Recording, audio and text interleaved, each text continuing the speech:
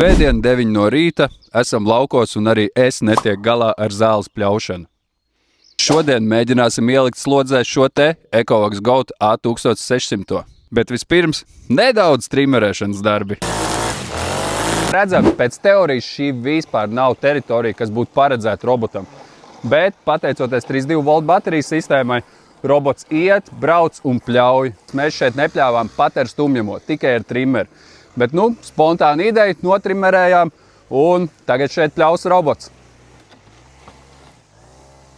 Skatieties, cik te ir grubuļains.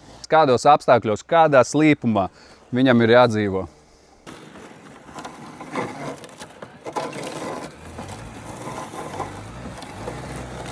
Pagaidām šis robots tiek veiksmīgi ar visām zonām, kur mums likās, ka varētu būt problemātiski.